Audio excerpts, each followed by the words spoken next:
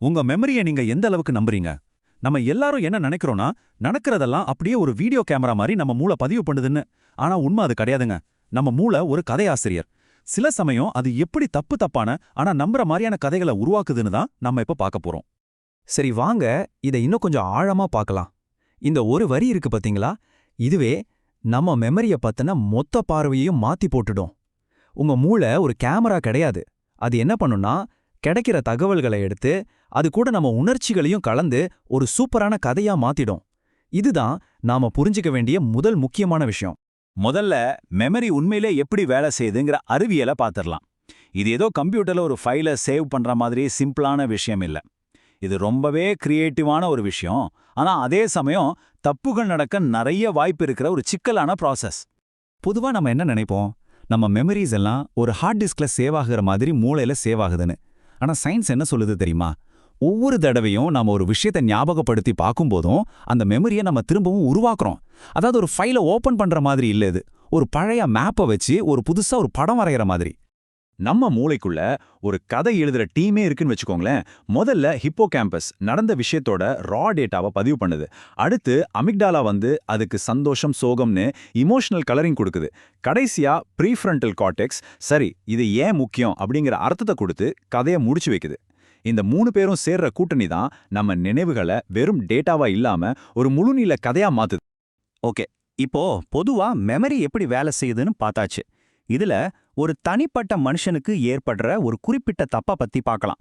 அதுக்கு பேரு தான் ஃபால்ஸ் மெமரி, அதாவது தவறான நினைவு. இங்க நாம புரிஞ்சுக்க வேண்டிய முக்கியமான விஷயம் என்னன்னா, ஃபால்ஸ் மெமரிங்கிறது பொய் கிடையாது. பொய் சொல்றவங்களுக்கு அது பொய்னு தெரியும். ஆனா ஃபால்ஸ் மெமரி இருக்கிறவங்க அவங்க சொல்றது 100க்கு 100 உண்மைன்னு முழுசா நம்புவாங்க. சொல்லப்போனா இது ஒரு நேர்மையான தப்பு. சரி, அப்போ அந்த ஃபால்ஸ் மெமரி எப்படி தான் உருவாகுது? 3 ஸ்டெப்ஸ் இருக்கு. முதல்ல, ஒரு விஷயம் நடக்கும்போது நாம ரொம்ப ஸ்ட்ரெஸ்ல இருந்தா அது மூளையில தப்பா ரெக்கார்ட் ஆயிடும். ரெண்டாவது, நாள் ஆக ஆக அந்த மெமரியில சில இடங்கள்ல கேப்ஸ் விழ ஆரம்பிக்கும். கடைசியா நாம அதை ஞாபகப்படுத்த முயற்சி பண்ணும்போது நம்ம மூளை அந்த கேப்ஸை அதோட சொந்த லாஜிக், நம்பிக்கை, உணர்ச்சிகளை வச்சு ஃபில் பண்ணி ஒரு முழுமையான ஆனா தப்பான கதையை நம்மகிட்ட சொல்லும். இதை நிரூபிக்கிறதுக்காக எலிசபெத் லாஃப்டர்ஸ்னு ஒரு சைக்காலஜிஸ்ட் ஒரு கிளாசிக் எக்ஸ்பெரிமெண்ட் செஞ்சாங்க. அவங்க என்ன பண்ணாங்கன்னா, மக்கள்கிட்ட அவங்க வாழ்க்கையில நடக்கவே நடக்காத ஒரு விஷயத்தை பத்தி திரும்ப திரும்ப சொல்லி அதை நம்ப வச்சாங்க. அந்த எக்ஸ்பெரிமெண்ட்டோட ரிசல்ட் உண்மையிலே ஷாக்கிங்கா இருந்துச்சு. அதுல கலந்துகிட்டவங்கள்ல கிட்டத்தட்ட 25-30% பேர், அதாவது 3 மக்கள் சின்ன வயசுல ஒரு மால்ல தொலைஞ்சு போனதா ஒரு தெளிவான ஆனா முழுக்க முழுக்க பொய்யான ஒரு மெமரியை உருவாக்கிட்டாங்க. யோசிச்சு பாருங்க, மத்தவங்க சொல்றத கேட்டு ஒரு பொய்யான நினைவை எவ்வளவு ஈஸியா நம்ம மூளையில பதிய வைக்க முடியுதுன்னு இது காட்டுது. சரி, இது வரைக்கும் ஒரு தனிப்பட்ட ஆளுக்கு வர்ற தப்ப பத்தி பார்த்தோம். இப்போ ஒரு பெரிய கூட்டத்தையே பாதிக்கிற ஒரு விஷயத்துக்கு போலாம். ஒருவேளை நீங்க கூட இதை எக்ஸ்பீரியன்ஸ் பண்ணிருக்கலாம். அதுதான் மண்டேலா எஃபெக்ட். இதுக்கு ஏன் இந்த பேர் வந்துச்சுன்னா, நெல்சன் மண்டேலா ஜெயிலையே இறந்துட்டாருன்னு உலகத்துல நிறைய பேர் நம்பினாங்க. ஆனா அவர் பல வருஷம் கழிச்சு தான் நிஜமாவே இறந்தார். இந்த மாதிரி ஒரு பெரிய கூட்டமே ஒரு தப்பான விஷயத்த உண்மைன்னு நம்புறதுக்கு தான் மண்டேலா எஃபெக்ட்னு பேர் வந்துச்சு. சரி, உங்க மெமரிக்கு ஒரு சின்ன டெஸ்ட். ஸ்டார் வார்ஸ் படம் பார்த்திருக்கீங்களா? அதுல டார்த் வேடர் லூக் கிட்ட ஒரு ஃபேமஸான வசனம் பேசுவாரே, அது என்ன? உங்க மனசுல ஒரு பதில் வந்திருக்கும், அதை அப்படியே வச்சுக்கோங்க. படத்துல வர்ற உண்மையான வசனம், இல்ல நான் தான் உன் தந்தை. ஷாக்கா இருக்கா? நம்மள நிறைய பேர் look I am your father அன்னு தான் நினைச்சிட்டு இருக்கோம். ஆனா அந்த சீன்ல லூக்குங்கிற வார்த்தையே வராது. இதுதான் மண்டேலா எஃபெக்ட்டுக்கு ஒரு பெர்ஃபெக்ட்டான உதாரணம். இன்னும் சில உதாரணங்கள் பார்க்கலாமா?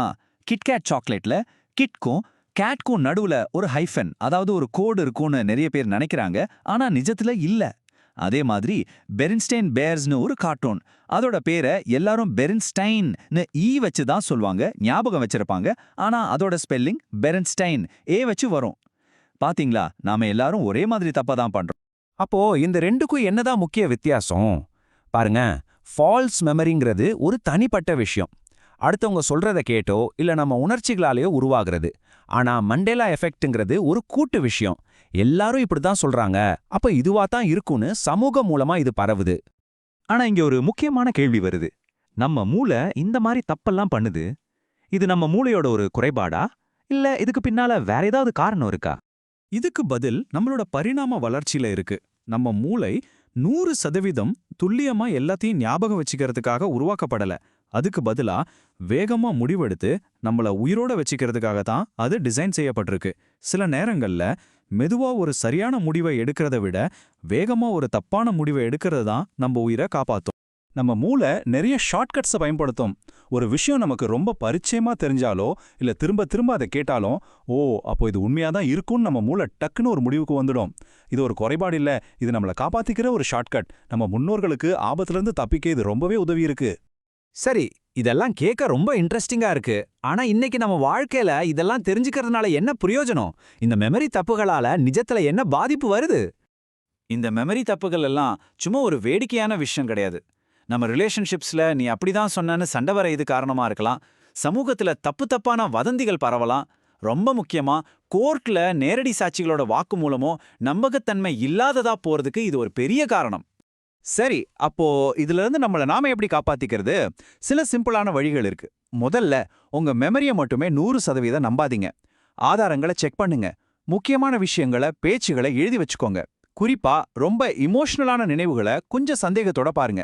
எல்லாத்துக்கும் மேல, ஒருவேளை நான் ஞாபகம் வச்சிருக்கிறது தப்பா இருக்கலான்னு ஏத்துக்கிற மனப்பான்மையை வளர்த்துக்கோங்க. கடைசியா ஒன்னு சொல்றேன், இந்த ஃபால்ஸ் மெமரியும் சரி, மண்டேலா எஃபெக்டும் சரி, இதெல்லாம் நம்ம மூளையோட குறைபாடுகள் கிடையாது, அது அதோட இயல்பு. ஆனா இதை நம்ம புரிஞ்சுக்கிட்டோம்னா நம்ம நினைவுகளுக்கு நம்ம அடிமையா இல்லாம அதை ஆராயிறவங்களா மாறலாம். சோ அடுத்த தடவை ஒரு விஷயத்தை பத்தி நீங்க 100% உறுதியா இருக்கும்போது ஒரு நிமிஷம் நில்லுங்க. உங்களையே கேட்டுக்கோங்க, இது நிஜமா நடந்ததா இல்ல என் மூளை சொல்ற ஒரு நல்ல கதையா?